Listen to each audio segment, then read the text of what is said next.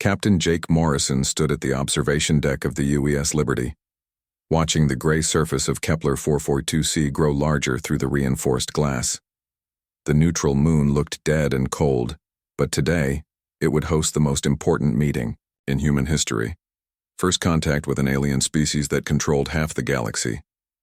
"Captain, we're getting close to the landing zone," Lieutenant Amy Rodriguez called from the bridge. Her voice carried across the ship's intercom system, reaching every corner of the vessel. Jake turned away from the window and walked toward the bridge. His boots made soft sounds on the metal floor. Behind him, he could hear the familiar clicking of claws on the same metal surface. Rex, his German shepherd, followed close behind. The dog had been his partner for 3 years now, through training, missions, and deep space patrols. The bridge buzzed with activity as the crew prepared for landing. Sergeant Kevin Barnes sat at his communication station, monitoring the channels for any messages from the alien ships already waiting on the moon's surface. His fingers moved quickly over the control panel, adjusting frequencies and checking. "Signal strength. Any word from the Zephyrians?" Jake asked as he took his position in the captain's chair. Rex settled down beside him, his brown eyes alert and watching the crew work. "Nothing yet, sir," Kevin replied. "Their ships have been silent since they arrived yesterday. Long-range sensors show they brought a full military escort." Jake nodded. The intelligence reports about the Zephyrian Empire painted a picture of a warrior culture that had conquered dozens of worlds over the past 1,000 years. They valued strength above all else and had little patience for species they considered weak. Today would determine if humanity would be allowed to expand further into space, or if they would be forced back to their home system. "Take us down, Rodriguez," Jake ordered, "and signal the diplomatic team to prepare for departure." The Liberty descended through the moon's thin atmosphere with barely a shake. The ship's advanced systems made landing feel as smooth as stepping off a sidewalk. Through the main screen, Jake could see the Zephyrian vessels waiting near a series of prefabricated buildings that would serve as the meeting site. The alien ships looked nothing like human designs. They were sleek and curved, covered in what appeared to be organic armor plating. Dark red stripes ran along their hulls and weapon ports dotted their surfaces like angry eyes. Even sitting still on the ground, they looked dangerous. "Landing complete, Captain," Amy announced. "All systems green." Jake stood up and straightened his dress uniform. Today he represented all of humanity, and he wanted to make a good impression. Rex stood as well, his tail wagging slowly. The dog seemed to sense the importance of the moment. "Rodriguez, you're with me. Barnes, maintain communications with Earth Command and monitor all frequencies. I want to know if these aliens so much as sneeze in our direction." The diplomatic team gathered in the main cargo bay where the shuttle waited. Commander Lisa Hayes, the mission's chief diplomat, checked her translation device one final time. The small computer contained everything humanity knew about Zephyrian language and customs, which was not much. "Remember, Captain," Lisa said as they boarded the shuttle, "the reports suggest they respect directness and strength. No small talk or pleasantries. Get straight to the point."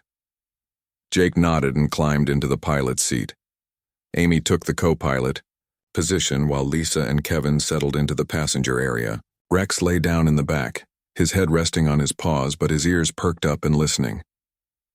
The shuttle lifted off from the Liberty's bay and flew toward the meeting site.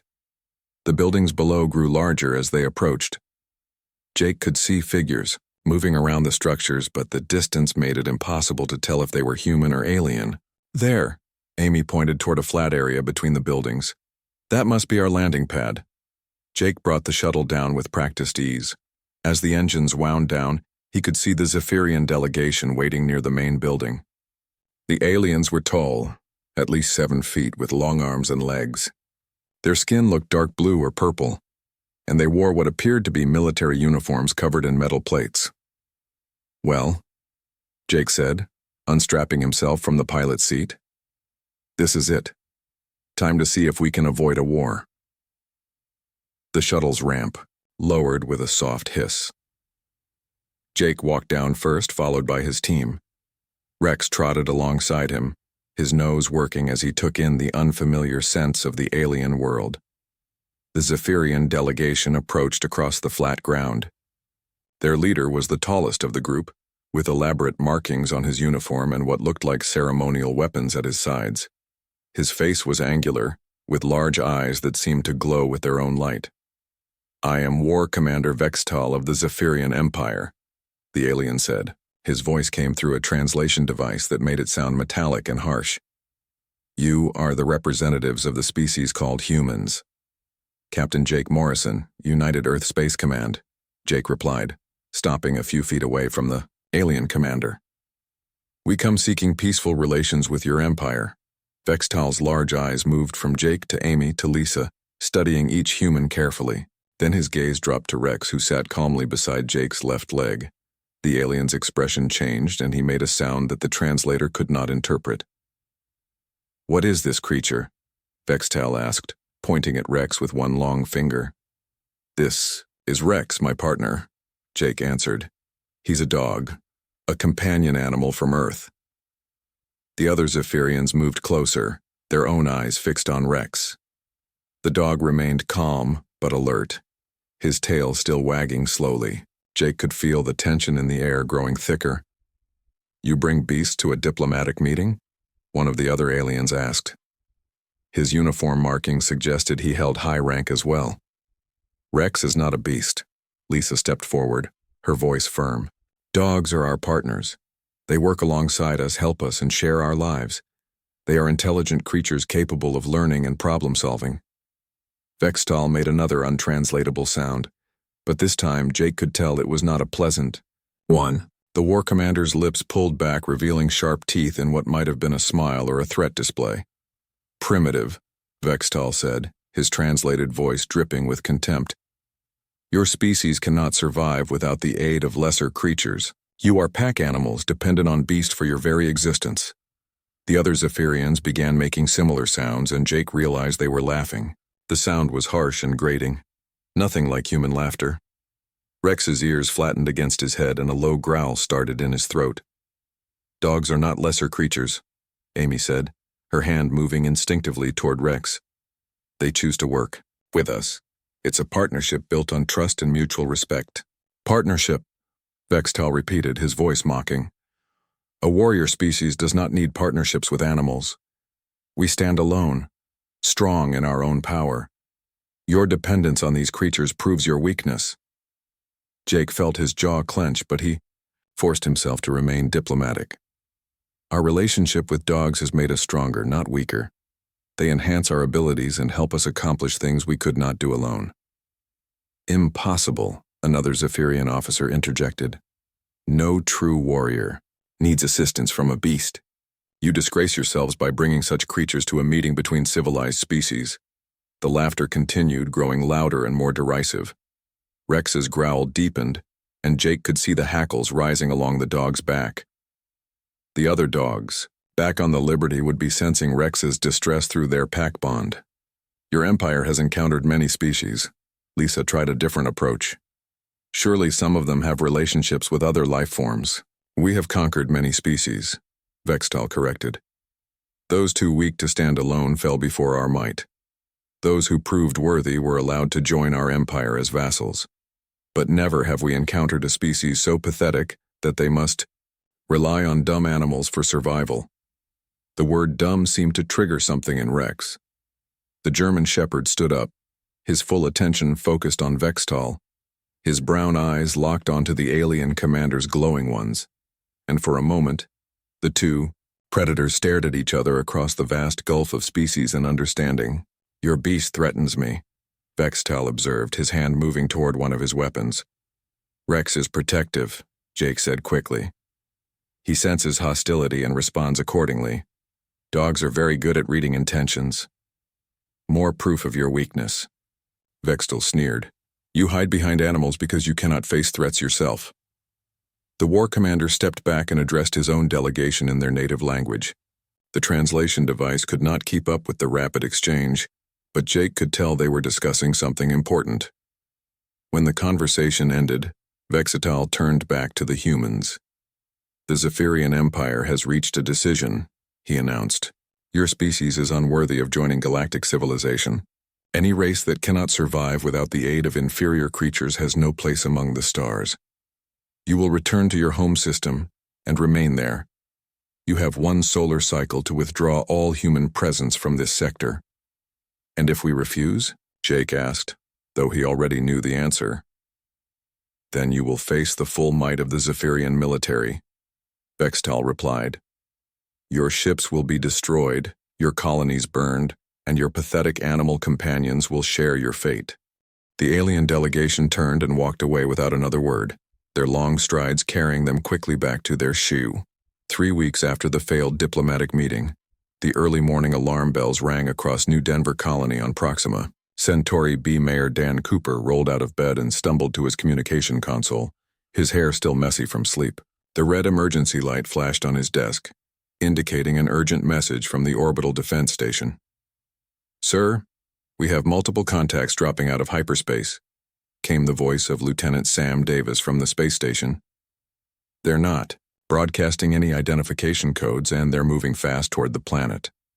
Dan grabbed his clothes and started dressing quickly. Outside his bedroom window, he could see the first hints of dawn breaking over the colonial buildings. Denver was home to nearly 50,000 people, most of them farmers and miners who had come to build a new life among the stars. How many ships? Dan asked as he pulled on his boots. 15, maybe 20. They're big ones, sir. Military-class vessels by the looks of their engine signatures. Dan's stomach dropped. He had hoped the Zephyrians were bluffing about their ultimatum, but it seemed they meant every word. He activated the colony-wide emergency broadcast system and spoke into the microphone. This is Mayor Cooper. All civilians report to designated emergency shelters immediately. This is not a drill. Security forces report to your stations. Emergency protocols are now in effect. The colony transformed within minutes. People emerged from their homes and businesses, moving quickly but without panic toward the underground, shelters that had been dug when the colony was first established.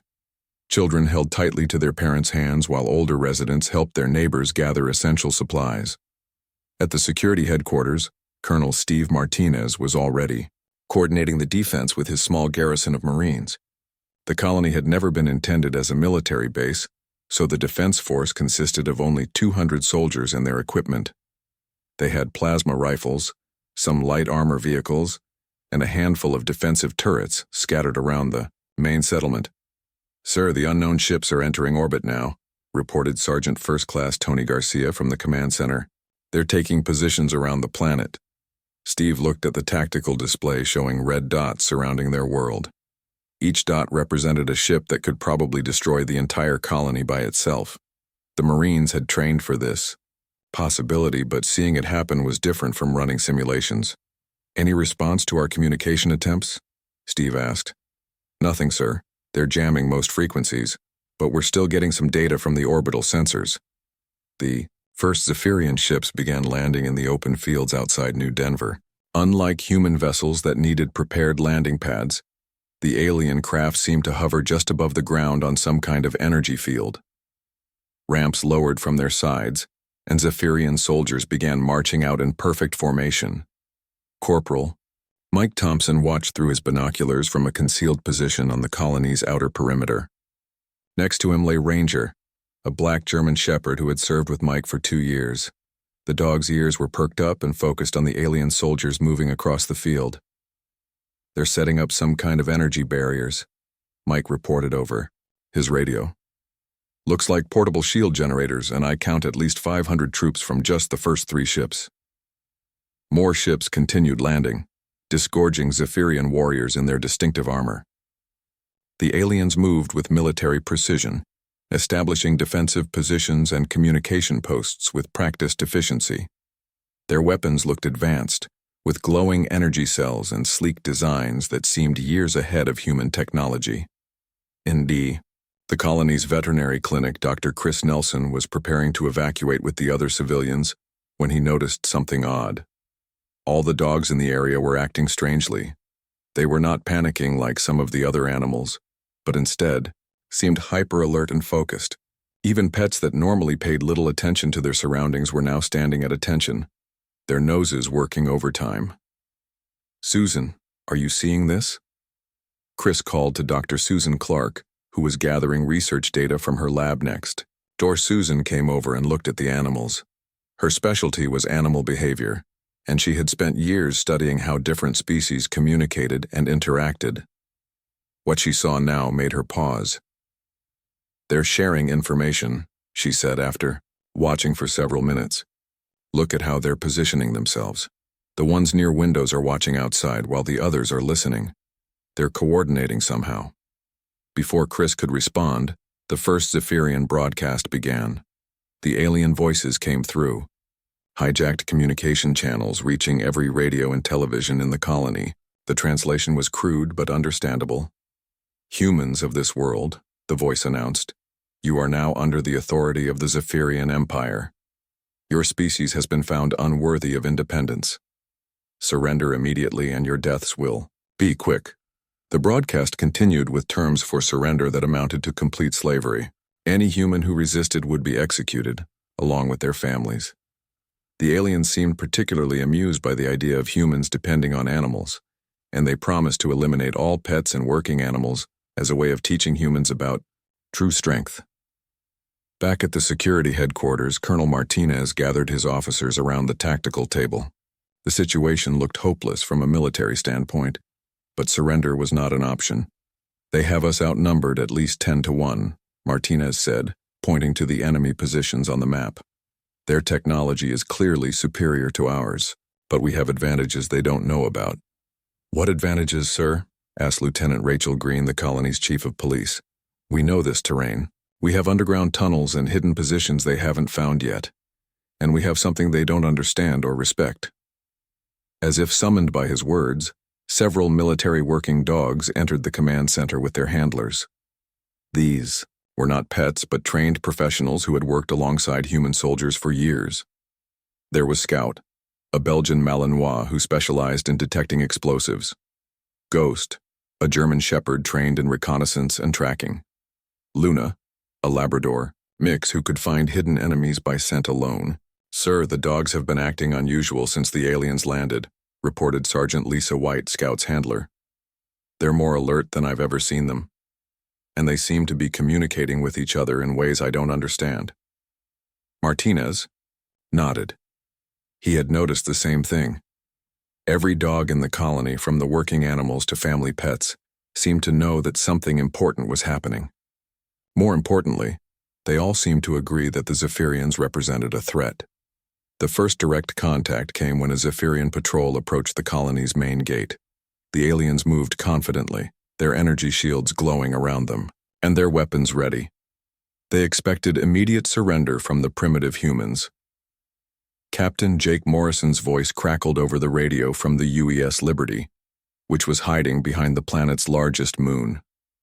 "Martinez, we're monitoring their communications. They're treating this like a training exercise they think you'll give up without a fight." "That's their first mistake," Martinez replied. "What about reinforcements?" "Earth Command is scrambling every available ship, but it will take time. You're on your own for at least 48 hours. The Zephyrian patrol reached the colony's outer buildings and began their psychological warfare campaign. Using loudspeakers, they broadcast messages designed to break human morale. "Your pathetic weapons cannot penetrate our shields," the aliens announced. "Your military is weak and cowardly. Where are your animal friends now? Why do they not fight beside you? Even your beasts know they cannot match Zephyrian strength." But the aliens had made an important error in their intelligence gathering. They had observed human military exercises and equipment, but they had never bothered to study the dogs.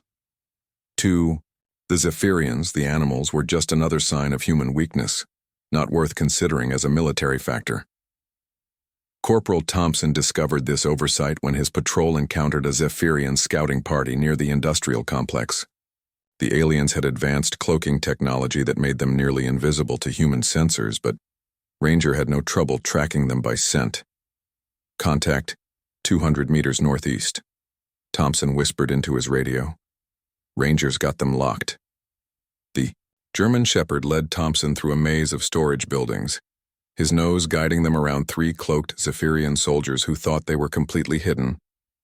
The dog's ability to track by scent made their advanced camouflage useless.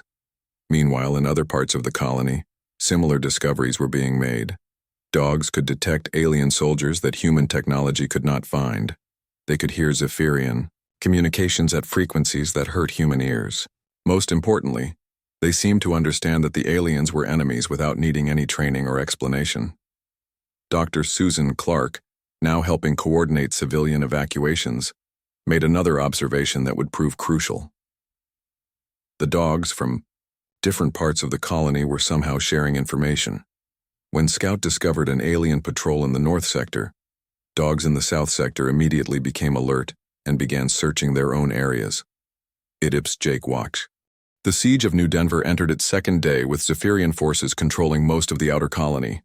Their energy shields and advanced weapons had pushed the human defenders back to the inner districts, but something strange was happening that the aliens could not explain.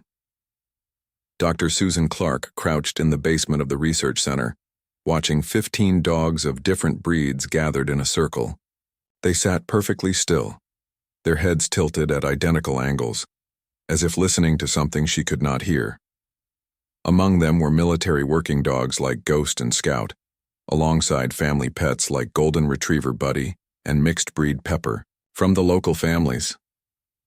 "Chris, you need to see this," Susan whispered to Dr. Chris Nelson, who was tending to wounded civilians in the next room. Chris crawled over and stared at the unusual sight. In all his years as a veterinarian, he had never seen dogs behave this way. They were not just calm despite the battle raging above them. They looked organized, purposeful, as if they were attending some kind of meeting. "How long have they been like this?" Chris asked. "About an hour. They just started gathering here on their own. Nobody called them or brought them together." Above ground, Colonel Martinez was receiving reports that made no sense. Zephyrian patrols were reporting contacts with invisible enemies. Their soldiers were being found unconscious or missing entirely, with no signs of human involvement. The aliens' advanced sensors showed nothing, but something was clearly hunting their troops. "Sir, we just lost contact with Patrol 7, reported Sergeant Garcia from the communication station. Last message was something about hearing movement in the ventilation systems. Martinez studied the tactical display. The missing patrols were scattered across different sectors with no apparent pattern. Whatever was happening, it was not following normal military tactics. Captain Jake Morrison's voice came through the encrypted channel from orbit. Martinez were intercepting Zephyrian communications. They're confused and getting angry. They keep talking about ghost attacks and phantom enemies. Any word on those reinforcements? Martinez asked. Still 12 hours out. You need to hold until then. In the industrial sector, Corporal Mike Thompson and Ranger were discovering the truth behind the mysterious attacks. The German Shepherd had led him through a series of maintenance tunnels to a Zephyrian supply depot, but they were not alone. Thompson counted at least 20 dogs moving through the shadows around the alien position. Some he recognized as military working dogs from other units. Others were civilian pets he had seen around the colony. They moved, with incredible coordination, taking positions that would allow them to surround the enemy completely. "This is impossible," Thompson whispered to himself. "They're acting like a trained unit." Ranger looked back at him and made a soft sound, almost like he was trying to communicate something important. Then the German Shepherd did something that shocked Thompson completely. The dog began making a series of precise hand signals that Thompson recognized as military commands. The other dogs responded immediately. They moved into attack formation, flanked the Zephyrian position, and waited. They were waiting for Thompson to give the order. "You want me to coordinate the attack?" Thompson asked Ranger, feeling foolish for talking to a dog about military strategy. Ranger's tail wagged once and he looked toward the alien depot. The message was clear. Thompson activated his radio and called for backup, but he realized he might not need it. The dogs had already done most of the work. When the human soldiers arrived, they found the Zephyrian supply team unconscious and tied up with their own equipment cables. The dogs had somehow managed to disable armed aliens without killing anyone. "How did they do this?" asked Private Amy Foster, staring at the unconscious Zephyrians. "I'm not sure," Thompson replied, "but I think they're smarter than we realized." Similar scenes were playing out across the colony. Dogs were appearing wherever Zephyrian forces tried to establish positions. They moved through spaces too small for humans, avoided detection by alien sensors, and seemed to understand exactly where to strike to disable enemy equipment without causing casualties. The breakthrough came when Dr. Susan Clark made a startling discovery in her basement refuge. The dogs were not just communicating with each other, they were learning and adapting in real time. "Chris, look at this," Susan said, pointing to a notebook where she had been tracking the dogs' behavior. Every time the Zephyrians change their patrol patterns, the dogs adjust their own movements within minutes. They're sharing tactical information somehow. "That's not possible," Chris said. "Dogs don't have that kind of intelligence." "These dogs do," Susan replied. "Or maybe they always did, and we never gave them the chance to show it." She had been watching Rex, the German shepherd from Captain Morrison's ship, who had somehow made his way down to the planet during the initial evacuation. Rex seemed to be at the center of whatever was happening. The other dogs looked to him for guidance, and he appeared to be coordinating their activities. "Rex is teaching them," Susan realized. "He's been trained in military operations, and he's passing that knowledge to the other dogs." The Zephyrians were beginning to panic. War Commander Vextal had expected to crush the human colony within hours, but his forces were being systematically neutralized by an enemy they could not see or understand. "Report," Vextal demanded from his command ship in orbit. "Sir, we have lost 30% of our ground forces," replied his ground commander. "The humans appear to have some kind of stealth technology we cannot detect." "Impossible. Our sensors are superior to anything these primitives possess. The attacks are coming from inside our own perimeters, sir. Our soldiers report being stalked by shadows. Some claim to hear breathing and movement, but our equipment shows nothing." Vextal slammed his fist on the command console. The humans were supposed to be weak, dependent on animals for survival, yet somehow they were outfighting his elite troops. "Increase the search parameters," he ordered. "Use the bioscanners to detect any life forms in the combat zones." The bioscans revealed the truth, but Vextal refused to believe it. The readings showed dozens of four-legged life forms moving throughout the battle area, but his tactical computer dismissed them as non-threatening animals. "Sir, the computer is detecting many small creatures in the combat zones," reported his sensor operator. "But they are classified as harmless animals. Should we target them?" "Do not waste ammunition on beasts," Vextal snapped. "Focus on finding the real enemy." This decision would prove to be his greatest mistake. While the Zephyrians searched for human soldiers who were not there, the dogs continued their systematic campaign. They disabled communication equipment, sabotaged weapons, and gathered intelligence that they somehow passed back to the human commanders.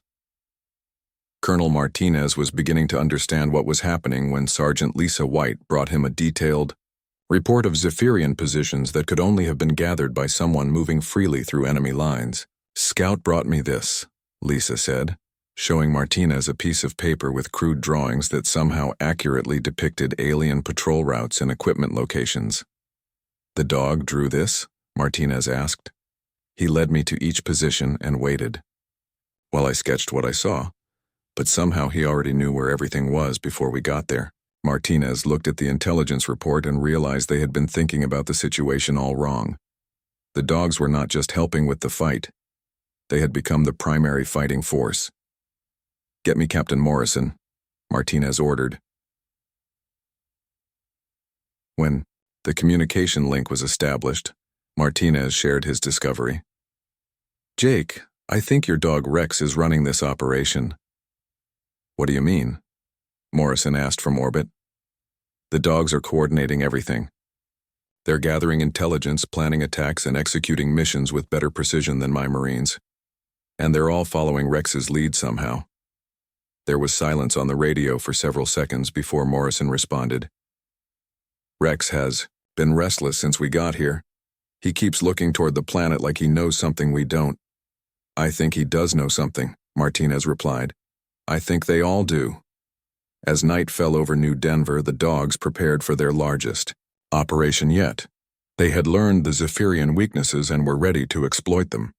The aliens had dismissed them as harmless animals, but they were about to discover that Earth's four-legged warriors were far from helpless. In the research center basement, Susan Clark watched as Rex stood up and looked at the other dogs. Without making a sound, he somehow communicated a complex message that every dog in the room understood perfectly. The hunt was about to begin in earnest, and the Zephyrians had no idea what was coming for them.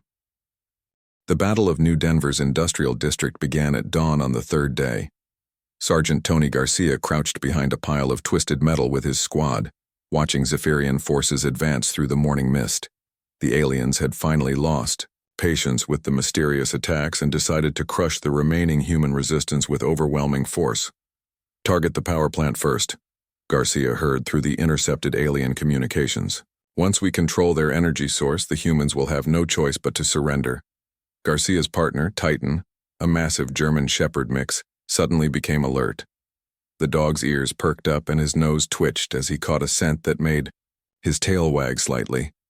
Garcia had learned to trust Titan's instincts completely over their 2 years together. "What is it, boy?" Garcia whispered. Titan looked toward the Zephyrian formation and then back at Garcia. The dog's brown eyes seemed to be trying to communicate something important. Then Garcia heard it too. A sound like wind moving through the abandoned buildings, but there was no wind. Private Amy Foster was positioned 3 blocks away when she first saw them. Dozens of dogs moving through the industrial complex like smoke. They appeared from sewers, from between buildings, from places that seemed impossible for animals their size to navigate. German Shepherds, Labs, mixed breeds, and even small terriers, all moving with purpose toward the advancing alien army. "Sergeant Garcia, are you seeing this?" Amy whispered into her radio. "Seeing what?" Garcia responded. "The dogs. There must be 50 of them converging on the Zephyrian position." Garcia looked around and realized Titan was no longer beside him. His partner had vanished without making a sound. Then he saw movement in his peripheral vision. Dogs everywhere, moving through shadows and staying low to avoid detection. The Zephyrians marched forward in perfect formation, their energy shields glowing and their weapons ready. Their commander, a tall alien with gold markings on his armor, spoke confidently to his troops. "These humans fight like cowards, hiding in buildings and running from honest combat," the alien announced. "Today we will show them the price of defying the Zephyrian Empire." Behind them, unnoticed by their advanced sensors, the dogs were taking positions. Rex had coordinated the largest pack operation in canine history. Military working dogs formed the assault teams, while pet dogs served as scouts and communications links. Each animal knew exactly what to do. Alpha, a black German Shepherd who had been trained for special operations, led a group of 6 dogs toward the Zephyrian rear guard. The alien soldiers were completely focused on the buildings ahead where they expected human resistance. They never thought to watch for threats approaching from behind at ground level. Blaze, a Belgian Malinois with explosives training, had learned something remarkable during the past 3 days. The Zephyrian energy shields that stopped human weapons had a weakness. They did not extend all the way to the ground. There was a gap of about 6 inches at the bottom, just enough space for a determined dog to slip through. Tank, a Rottweiler whose job was usually to guard supply convoys, had discovered that alien armor had joints and weak points just like human equipment. More importantly, the Zephyrians seemed to panic when something got close to them that their technology could not explain. The attack began when the alien formation reached the center of the industrial district. Suddenly, dogs appeared from everywhere, at once. They moved too fast for the Zephyrian weapons to track and stayed too low for the energy shields to stop them. "What is happening?" shouted the alien commander as his soldiers began crying out in confusion. The dogs were not attacking to kill. Instead, they seemed to know exactly how to disable Zephyrian equipment without causing serious harm. They bit through communication, cables, knocked over portable shield generators, and somehow managed to trigger the safety locks on alien weapons. Alpha reached the command group and did something that amazed even the watching humans. The German Shepherd somehow activated the emergency shutdown on the alien's main communication array by stepping on the correct sequence of controls. It was as if the dog understood the enemy technology. "Impossible," Garcia breathed, watching through his binoculars. How did he know which buttons to press? The answer came from an unexpected source. Dr. Susan Clark's voice crackled over the radio from her observation post. They're learning from each encounter. Every time they interact with Zephyrian technology, they remember what works and share that information with the other dogs. Lieutenant Rachel Green, coordinating the human forces, could hardly believe what she was witnessing. The dogs are systematically dismantling an entire alien battalion. The Zephyrians tried to retreat, but they discovered another problem. The dogs could track them by scent even when their cloaking systems were active. There was nowhere to hide from animals whose noses could detect traces of alien biology that lingered in the air long after the soldiers had passed. War Commander Vextal watched the disaster unfold from his orbital position. His ground forces were reporting attacks by invisible enemies that his sensors insisted did not exist. The few visual recordings his troops managed to capture showed something he refused to believe. "Sir, you need to see this," his intelligence officer said, playing back footage from a soldier's helmet camera. The recording showed a German shepherd calmly walking up to a group of Zephyrian warriors, somehow passing through their energy shields, as if they were not there, and then systematically disabling their equipment while they stood frozen in shock. "This must be some kind of human illusion technology," Vextal declared. "Animals cannot penetrate our defenses." "Sir, we have similar reports from 12 different locations. The creatures appear to be coordinating their attacks." Vextal refused to accept what he was seeing. His military doctrine had no provisions for dealing with animal opponents. In the Zephyrian Empire, only sentient beings with advanced technology were considered threats. The idea that primitive Earth creatures could outfight his elite troops was beyond comprehension. On the ground, Colonel Martinez was beginning to understand the scope of what was happening.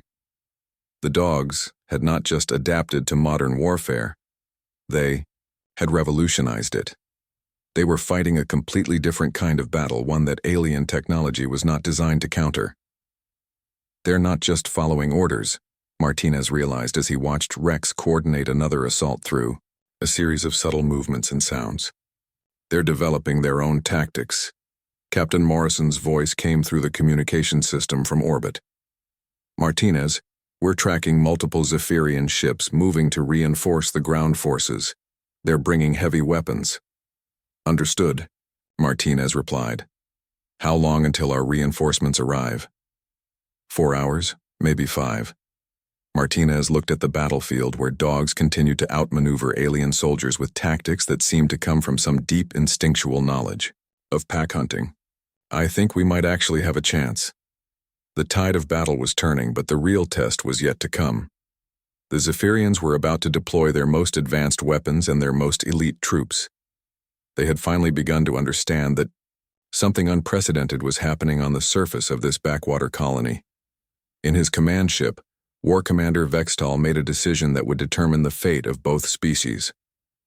He would personally lead the final assault, bringing his most experienced warriors and deadliest technology to crush whatever strange power the humans had unleashed. But as his ship prepared to descend to the planet's surface, he made one final error. He still believed he was fighting humans with some kind of advanced stealth technology. He had no idea that Earth's most ancient warriors, the dogs who had hunted alongside humans for thousands of years, had awakened to defend their pack. The real battle was about to begin, and the Zephyrians were still completely unprepared for what they would face. The pack had tasted victory, and now they were ready to finish the hunt.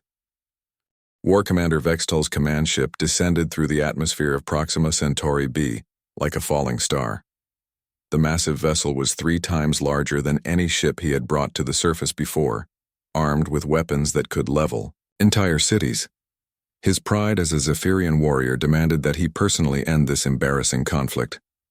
"Prepare my battle armor," Vextal ordered his aide. "I will lead the final assault myself." "Sir, perhaps we should analyze the enemy tactics more carefully," suggested his tactical officer. "Our losses have been higher than expected." Vextal's large eyes glowed with anger. "The enemy is using some kind of stealth technology that confuses our sensors. Once I'm on the ground with my elite guard, we will crush these cowardly humans and their tricks."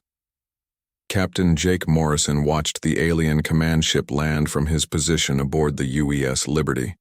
The massive vessel touched down in the center of New Denver's main plaza, crushing several buildings under its weight. Ramps lowered from multiple points along its hull, and Zephyrian elite troops began pouring out. "Martinez, they're bringing everything they have," Morrison reported over the communication link. "I count at least 500 elite soldiers plus heavy weapons and siege equipment."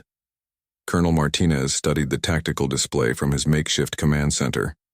The human defenders were down to fewer than 100 combat-ready soldiers, and their ammunition was running low.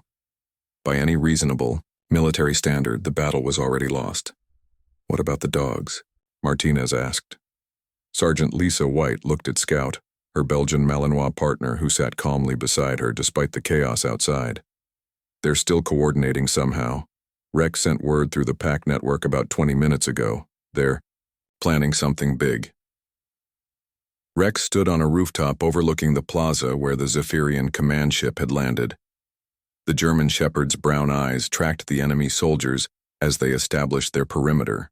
Behind him, gathered in the shadows of the industrial district, were over 200 dogs of every breed and size. The pack had grown beyond anything humans had ever seen. Military working dogs, police dogs, search and rescue animals, and family pets had all joined together under Rex's leadership. They communicated through a complex system of scents, sounds, and body language that had evolved over the past 4 days of combat. Dr. Susan Clark crouched in her observation post, frantically taking notes on what she was witnessing. "This is revolutionary," she whispered to Dr. Chris Nelson. "They've developed their own military structure. Rex is the Alpha Commander, but he has lieutenants for different specialties. Scout dogs, assault teams, support units. It's like a complete army." War Commander Vextal emerged from his ship wearing ceremonial battle armor that gleamed with energy fields and weapon systems. His elite guard surrounded him, their own equipment representing the finest military technology in the Zephyrian Empire. They moved with absolute confidence toward the human positions. "Humans," Vextal announced through amplified speakers, "your cowardly tricks end now. Face us in honest combat, or watch your colony burn." The response came from an unexpected source. Rex stepped into view on top of a damaged building, clearly visible to the entire Zephyrian force. The German Shepherd stood tall and proud, his coat shining in the afternoon sunlight. He looked down at Vextal and made a sound that carried across the plaza, not a bark or growl, but something that sounded almost like a challenge.